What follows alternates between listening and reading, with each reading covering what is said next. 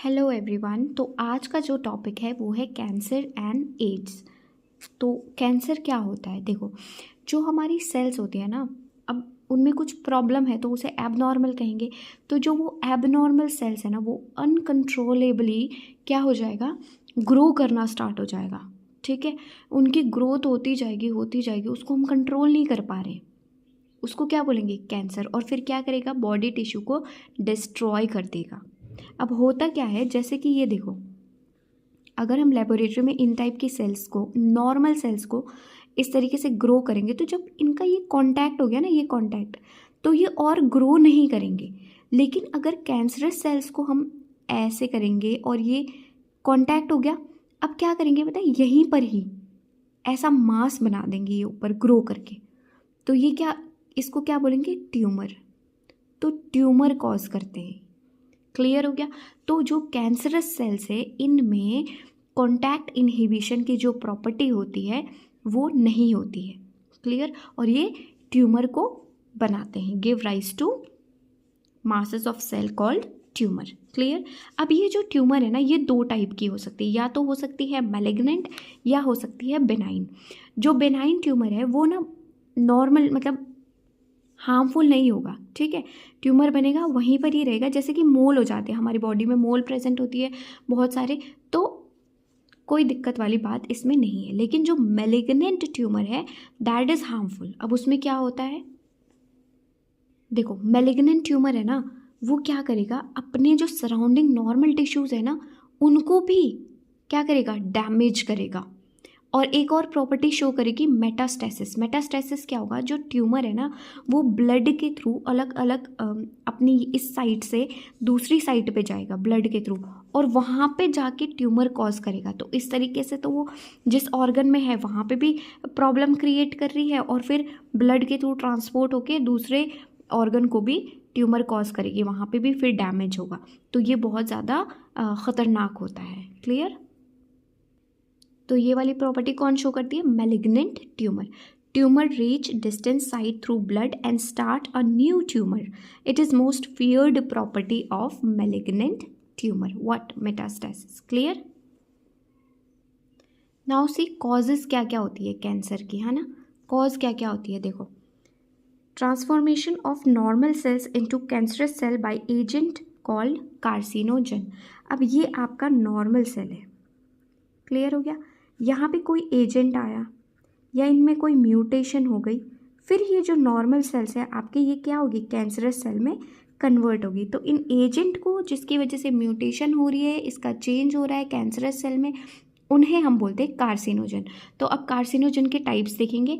तो पहला आ गया फिजिकल कार्सिनोजन में क्या आएगा, ionising ray and non ionising ray. Ionising ray में एक्स रेज, गामा रेज, ये याद रखना। Non ionising ray, UV rays is non ionising ray. Clear? DNA को डैमेज कॉज करती है। क्लियर हो गया? फिर आएगा आपका केमिकल। केमिकल में जैसे टोबैको वगैरह हो गया, ये मेजर कॉज होती है किसकी, लंग कैंसर की। बायोलॉजिकल में ऑन्कोजेनिक वायरस होती हैं, ठीक है, जो जिनके पास क्या होती है, जीन्स होती है, वायरल ऑन्कोजीन्स, जो कि क्या कर सकती हैं, कैंसर कॉज कर सकती है। देखो, हमारी बॉडीज़ में ना कुछ ऐसी जीन्स होती है, प्रोटो ऑन्कोजीन्स, इन एक्टिव फॉर्म में। अगर इन पे कार्सिनोजन एक्ट करेगी तो क्या बन जाएगी, ऑन्कोजीन, जो कि क्या होती है, वायरस, वो कैंसर कॉजिंग होती है। क्लियर हो गया? तो ये आपके क्या थे, टाइप्स ऑफ कार्सिनोजेंस। अब देखो, कैंसर का डायग्नोसिस कैसे होगा, बायोप्सी या फिर histopathological study of tissues. Biopsy माने जो भी कैंसर आपके टिश्यू में हो रहा है, वो टिश्यू का एक पार्ट, छोटा सा पार्ट कट करके फिर उसको लैब में ले जाके उस पर स्टडी करके पता लगाए कि इसमें कैंसर कॉज है, हो रहा है या नहीं हो रहा है। रेडियोग्राफी हो सकता है, सीटी स्कैन, एमआरआई। एमआरआई जो होता है वो सेफेस्ट होता है। ठीक है, जितने भी ये सीटी स्कैन वगैरह में होते हैं, एमआरआई जो होता है वो सेफेस्ट टेक्निक होता है। क्लियर हो गया? Antibody against cancer specific antigen. अब देखो, अगर कैंसर कॉज हो गया है तो उसके अगेंस्ट हमारी जो बॉडी होती है वो एंटीबॉडीज़ प्रोड्यूस करती है। तो हम ये भी पता, ऐसे भी पता कर सकते हैं कि कौन सी एंटीबॉडी बन रही है, तो ये कैंसर के अगेंस्ट बनती है, कौन से कैंसर के अगेंस्ट बनती है। इस तरीके से भी हम कैंसर को डिटेक्ट कर सकते हैं।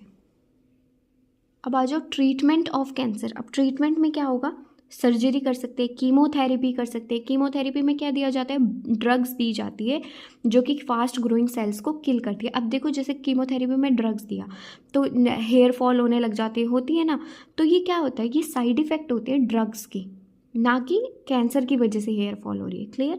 ड्रग्स आपकी विनब्लास्टिन, विनक्रिस्टिन हो गया, रेडिएशन थेरेपी हो सकती है और इम्यून थेरेपी हो सकती है। इसका एग्जाम्पल है अल्फा इंटरफेरॉन्स। तो इतना आपका कैंसर कंप्लीट हो गया, नीट के लिए इतना सफिशिएंट है। अब हम पढ़ेंगे एड्स। एड्स देखो, एक्वायर्ड इम्यूनो डिफिशियंसी सिंड्रोम, ये एक सिंड्रोम है, डिजीज़ नहीं है। क्लियर हो गया।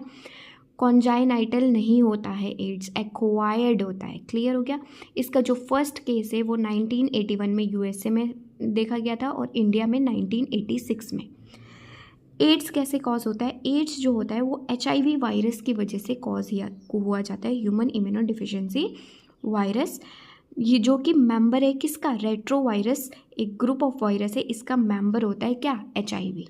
क्लियर। अब हम HIV का स्ट्रक्चर देखेंगे। देखो HIV के स्ट्रक्चर में ये देखो, ये जो बाहर की लेयर है ये दो, ये क्या है, फॉस्फोलिपिड बाइलेयर है। क्लियर हो गया। अब जो ये है ना, ये ग्लाइकोप्रोटीन है, जो अंदर वाला है इसको ग्लाइकोप्रोटीन 41 एंड ये जो बाहर वाला है ये ग्लाइकोप्रोटीन 120। क्लियर। ये आपका मैट्रिक्स हो गया, प्रोटीन की बनी हुई होगी जो P17 बोलेंगे, और ये आपका कैप्सिड हो गया, वो तो सारे वायरसेस में होता है ना, कैप्सिड आपका P24 हो गया। और इसके अंदर दो आपके सिंगल स्ट्रैंडेड RNA होंगे और एंजाइम्स प्रेजेंट होंगे, रिवर्स ट्रांसक्रिप्टेज, और भी एंजाइम होगा, प्रोटीएज, इंटीग्रेज। क्लियर हो गया।